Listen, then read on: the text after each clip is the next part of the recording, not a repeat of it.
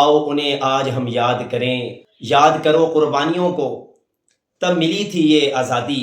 آزادی کا مطلب صرف چھٹی نہیں، ایک قرض ہے جو چکانا ہے۔ جو تمہیں آج یہ 14 اگست کا دن چھٹی کا دن لگا ہے نا، کسی نے اس دن کے لیے اپنی زندگیوں کو قربان کر دیا، کسی نے اپنا خاندان قربان کر دیا، کسی نے اپنی جائیداد کو قربان کر دیا، کسی ماں نے اپنے لال کو دفنا دیا تھا، علماء نے قربانیاں دی تھی، عوام الناس نے قربانیاں دی تھی۔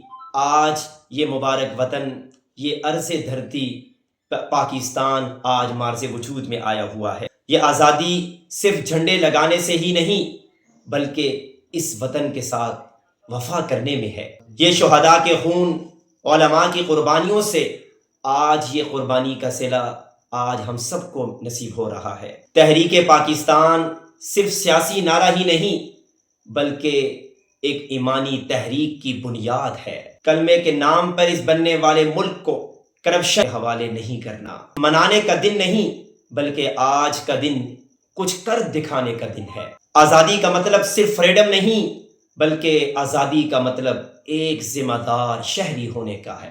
شہداء نے کل اپنا خون آج ہمارے لیے قربان کیا۔ ہم اپنی نسلوں کو سنواریں اور اس ملک کو تا قیامت خوشیوں کے میناروں پر استوار کریں۔ یہ ملک آج ہم سے تقاضا کرتا ہے۔ آج اگر ہم سچے پاکستانی ہونے کا ثبوت دیں تو یہی ان قربانیوں کی حقیقتوں کا بدلہ اور صلہ ہے۔ ہر سال صرف جھنڈیاں لگانے سے اس ملک سے وفا نہیں ہوتی۔ کردار سنوارو، وطن سنوارو، اس ملک کو آنے والے نسلوں کے لیے سنوار دو تاکہ یہ ملک رہے اور ہم سب رہیں۔ آؤ آج کے دن ہم یہ عہد کریں، ہم اس ملک کے ساتھ سچے ہو جائیں، اس ملک کے ساتھ مخلص بن جائیں۔ ہم پاکستان کے اصل وارث بنیں گے، نہ صرف شہداء کی قربانیوں کو یاد کریں گے بلکہ شہداء کے مشن کو ہم دنیا کے کونے کونے تک پہنچائیں گے۔ پاکستان زندہ باد۔